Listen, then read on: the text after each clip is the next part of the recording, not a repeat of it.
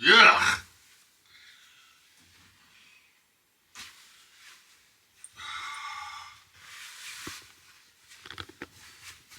I'm the skipper. I shouldn't have to do this kind of dirty work. Oh, hello.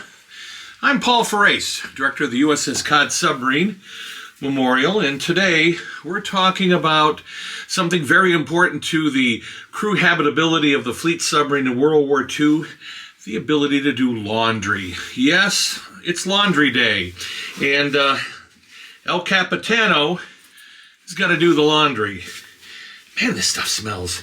The fleet submarine was unique at the time for the inclusion of a very robust, given the circumstances, freshwater distilling plant. We have just behind Evan here, his camera position, are two big Badger freshwater stills that could produce 2,000 gallons a day of distilled water. Now, the fact that the fleet submarine with its 5 diesel generators on the surface most of the time, it can run those diesels. It has a good electrical supply.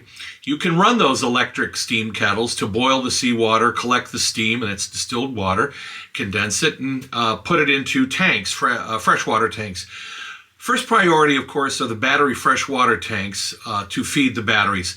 Now, given wartime operation tempo, sometimes 300-400 gallons a day would be required to rewater the batteries.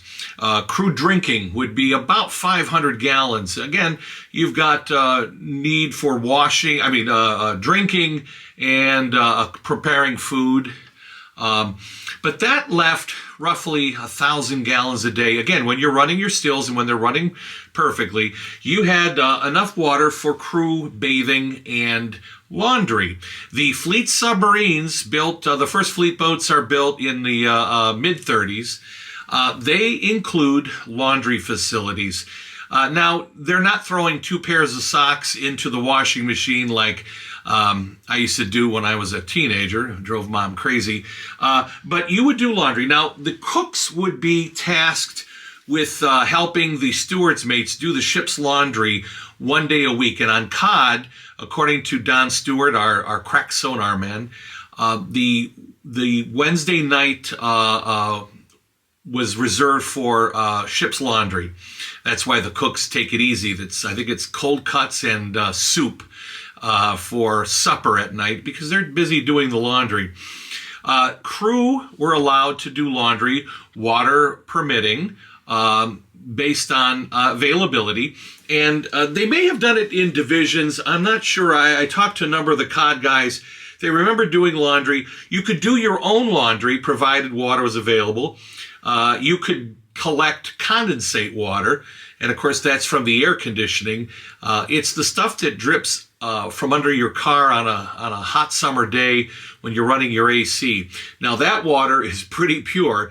The condensate from a fleet submarine, I'm told, was kind of a grayish, murky, milky water. It's fresh water, but it's got the condensate. It's got all of the air pollutants. So it's got a lot of nicotine, smoker's tar, and things.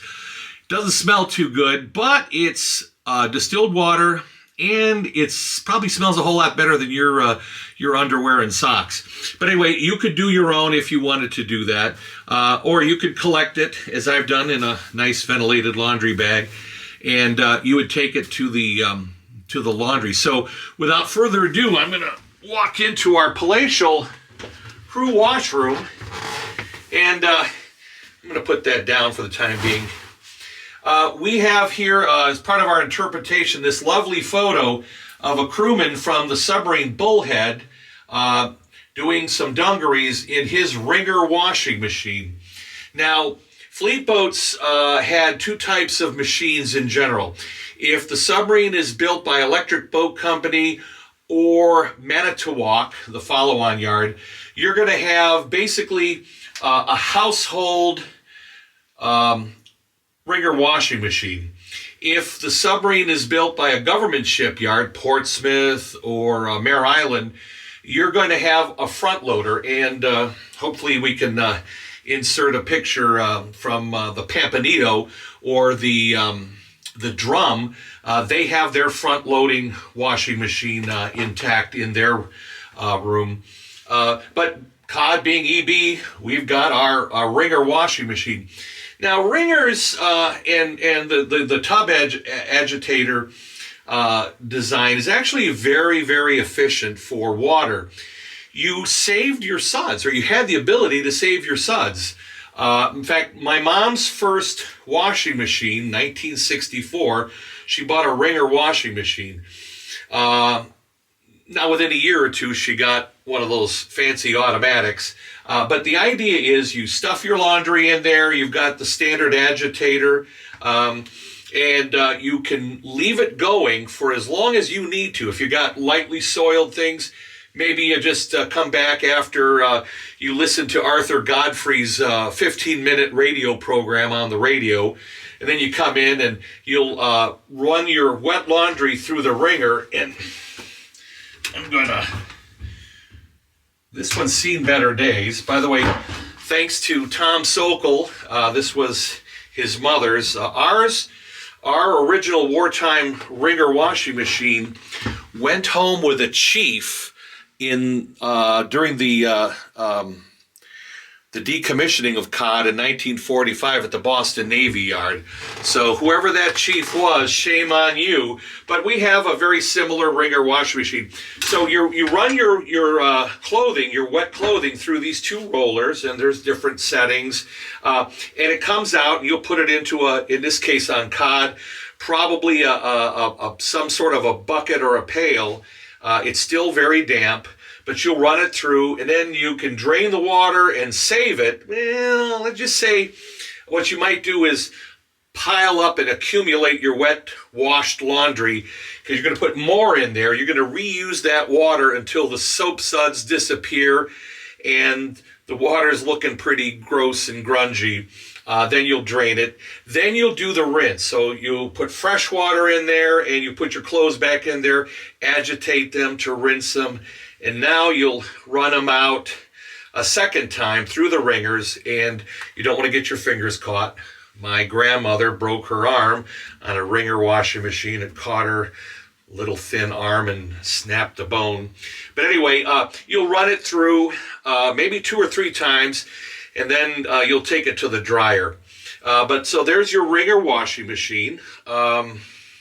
Again, it stows away right here. You're using water off of the ship's sanitary supply. The drain, there's a little drain hole over here, and there's a hose. We're missing our hose, so if anybody has a Maytag Ringer washing machine they want to donate, talk to me. But anyway, so the drain goes into the floor drain here in the 2-man shower. But I want to point this out from Bullhead. In fact, I think I can pull that off, yeah. We have a nice insert, but sad to say, this gentleman probably went down with Bullhead just a few weeks after this picture was taken. She was the last American submarine lost to enemy action, the Bullhead. But you can see her washing machine. You see the shaving station right here for the individual crewman's shaving needs. Now, this is not going to go back up on the wall because the Velcro doesn't come off. So we're going to put him right there. Right there. And let me just load this up. So laundry, let's go back to laundry now. So we've got our wet laundry. We're going to have to dry that. So we're going to take our laundry, and let's just, for the sake of this demonstration, I'm going to assume this is now clean but damp laundry, and we're going to take it to the dryer, okay? So, Evan, if you want to keep the camera rolling, you got to step that way. And I'm going to the dryers.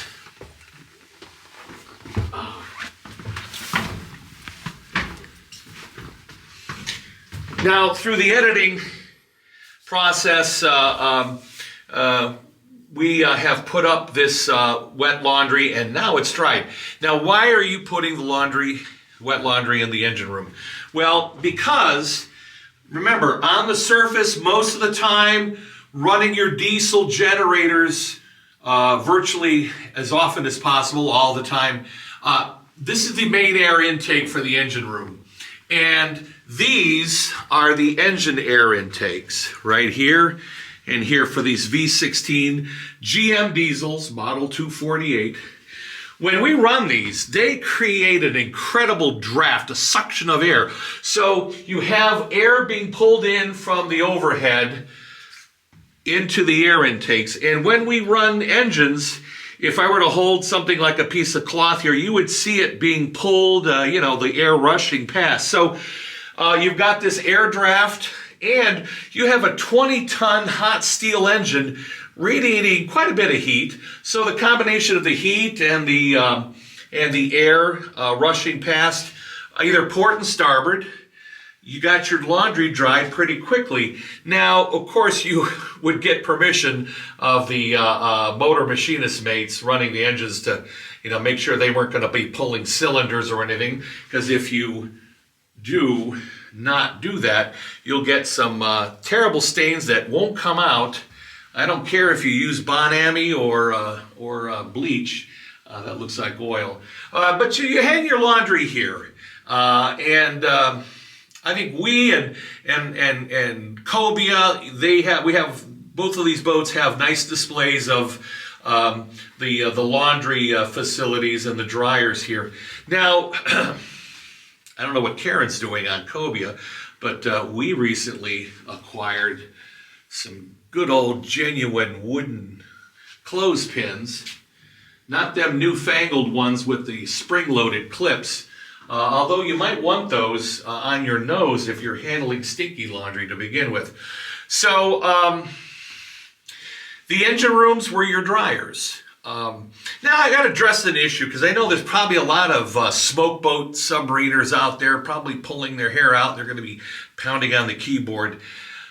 The Fleet Submarine, being such a good design, stays in service well into the Cold War. In fact, I think the last of the fleet boats left the Navy roster in the early 70s. But in the Cold War, they're modified with snorkels. And when you put a snorkel on a fleet boat, your 5 diesel engines can't run all at once. On the surface, without a snorkel, yes, you can. You can run them. You've got a major air induction system that allows you to pull a lot of air in to run your 4 mains. And we have the 1 auxiliary. Earlier fleet boats actually had 2 auxiliaries, one in the lower flats of each of the engine rooms. But we're late Gato, so 4 mains, 1 auxiliary. But a snorkel allows you only to run 2 engines at once. So when you're snorkeling, you've got only a fraction of your electrical generation capacity. So now you have to start making cuts and trade-offs.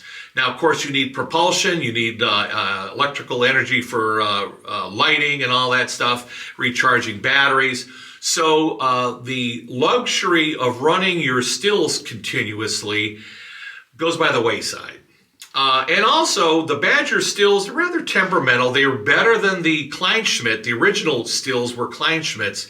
Those were really problematic. But the improved General Motors Badger company stills, we'll do a program on them in the near future. They were more reliable, but still prone to breakdowns if you don't maintain them properly. And let's face it, you have a fleet boat that's rode hard, put away wet, it's still in service, it's being run pretty raggedly in the 50s and 60s. Maybe they're not being maintained properly. So that's an additional problem for the Cold War smoke boaters.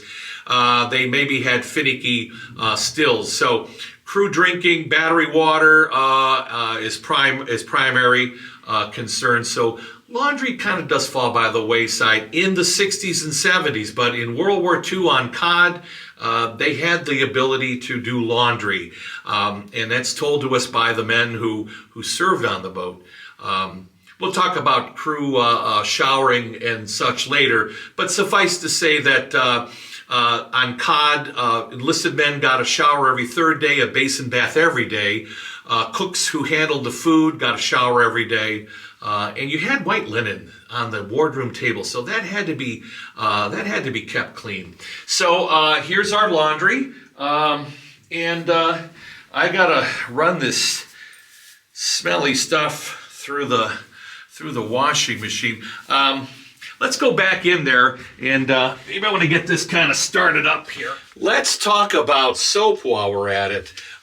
You know, soap operas, you know, soap manufacturers, that was a big thing in those days. And on submarines, you had your selection of soaps. Fels Naphtha, ideal for pre-treating stains.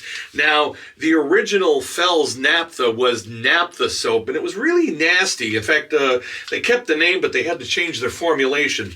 But Fels Naphtha was a good all-around soap. I'm told that when your laundry, before you put the laundry in, you had water in there, hot water, you'd take a knife and you'd shave, you know, the powder, or certainly there were no Tide Pods, but you'd shave enough in there, mix it around, get it so it was soapy. You could use some other commercial soap powders and things. And then, of course, if you were lucky, you had Savental. It cleans everything. Miracle White, painted woodwork, linoleum, cattle hides, and contains the Miracle Sterol skin softener. Okay, yeah, maybe that's just best kept up there. Besides, it has the consistency of a brick. If you had to use seawater, and you didn't generally use seawater, but if you had to use seawater, let's say you would go out on deck if you're on an old S-boat. Some of you old hardy sailors are familiar with seawater soap. I don't know what the heck that smells like. It doesn't smell anything like soap. It kind of has a tarry, sticky, very waxy consistency. And nobody ever talked nostalgically, positively about using saltwater soap. So it's here primarily so we can show people. But, you know, if you're really lucky, you're using Seaman Vegetable Wonder Soap for oily skin. Being Italian, I can understand that. Or Palmolive, and over here we got, okay, our Palmolive, that's not Palmolive, but soap. You'd shave that into your hot water. So without further ado, I'll start this skanky, stinky laundry. And remember to like, subscribe, hit the notification bell, and we'll be back with more household hints from Heloise aboard USS Cod. Remember to send some comments to us. Let's get a nice, vigorous debate going in the comments.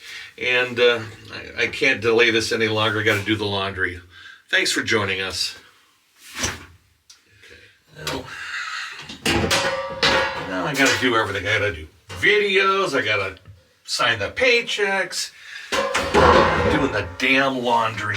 God. Oh, that's got to be Evans. Nothing smells that bad. And oh my God, what is this? That's Ben's. What's in here? What the hell? Whose is this? There's something printed on here. Who is Lieutenant Emily Lake? Didn't they have women on submarines in those days? USS Stingray? Evan! Evan, get in here! Ugh.